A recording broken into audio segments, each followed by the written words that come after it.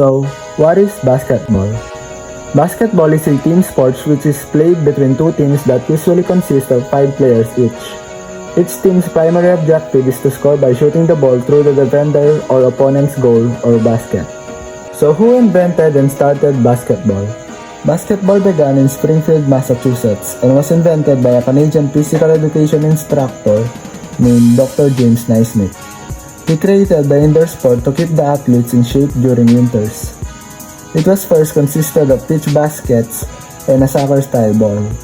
He published 13 rules for the new game and divided his team of 18 players by 2 teams consisting of 9 each.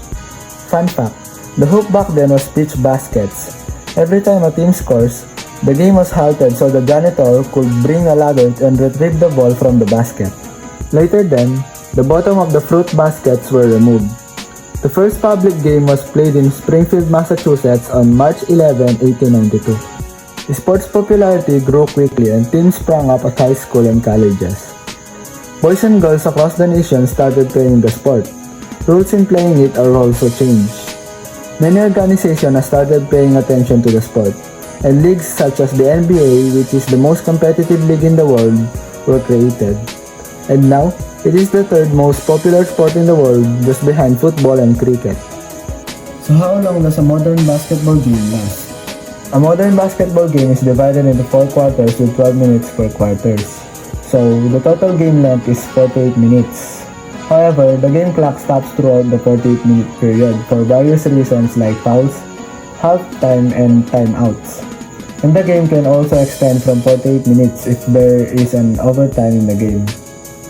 So the overall game length can last to 2 up to 3 hours.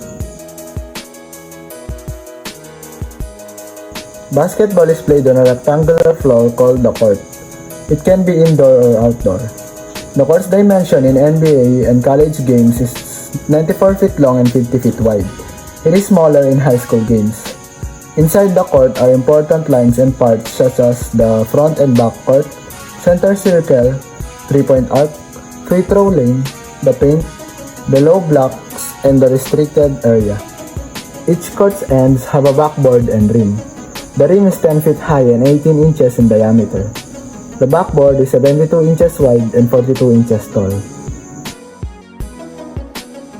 Basketball can be played with very little equipment. Here are the important equipments in playing the game. The ball,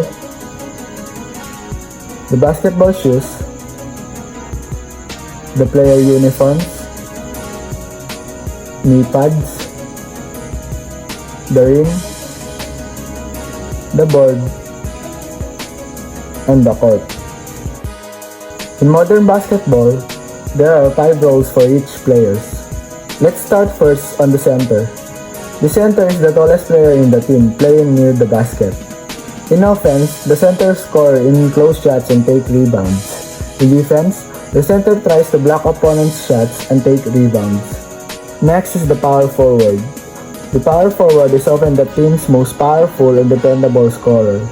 The power forward scores in close to mid-range and sometimes in long-range shots. The power forward also does almost what the center do. Next is the small forward. The small forward is a balance role, being good at both defending and scoring. The small forward in professional basketball also have some considerable passing abilities. Next is the shooting guard. The shooting guard is the best shooter in the team. Other than that, the shooting guard must also be good at dribbling, driving ball down the court, and making offensive plays. Lastly is the point guard. The point guard is the team's best dribbler and passer. The point guard is the player who has the ball every time because he is the one who initiates the play. He also must have a good stealing skill to take the possession of the ball from the opponent's point guard. The point guard is also mostly the smallest and quickest player of the team. And for bonus, a team must always have a coach. The coach is the brain of the team, providing strategies, instructing the players, and providing mentorship. The game officials are the crew chief, referee, umpire, and the replay review. The crew chief is the head of the entire officiating crew. He makes the final decisions in situations that referees can't decide themselves. The referees are in-court officials. They are the one who primarily handle plays and conduct violations like fouls and giving technical fouls. The umpire handles the clock and the time managing in the game. The replay review center reviews the crucial calls and situation in the court which the in-court officials cannot confidently make a ruling in real time. For an individual to become good at basketball, you must learn and train these 5 basic skills. Disclaimer: there are no basketball courts near us, so most of the following clips are taken at home. This is dribbling. This skill allows you to move up and down the court, maneuver past defenders, and execute plays. Learning this skill unlocks different combinations which you can use to outplay your defender. This is passing. This skill allows you to give and pass the ball to your teammate. Once this skill is learned, you can make and set up different plays which is a huge key in scoring points and winning the game. This is rebounding. In this skill, you time your jump and secure the ball to gain possession of the basketball. Possession helps both a team's offense and defense, which is also a key to victory. This is defending. This skill is important to prevent the opponent from scoring and also to get the ball back. Always remember that a great defense always leads to easy offensive opportunities. And lastly, this is shooting. This is the skill where you score points by shooting the ball in the ring. There are no rings at home, so I'll just show you a clip of someone in the internet shooting the ball. A proper shot requires precise aiming, arm extension, and lift from the legs. This is the hardest skill to learn in basketball, but the most helpful one in securing the win.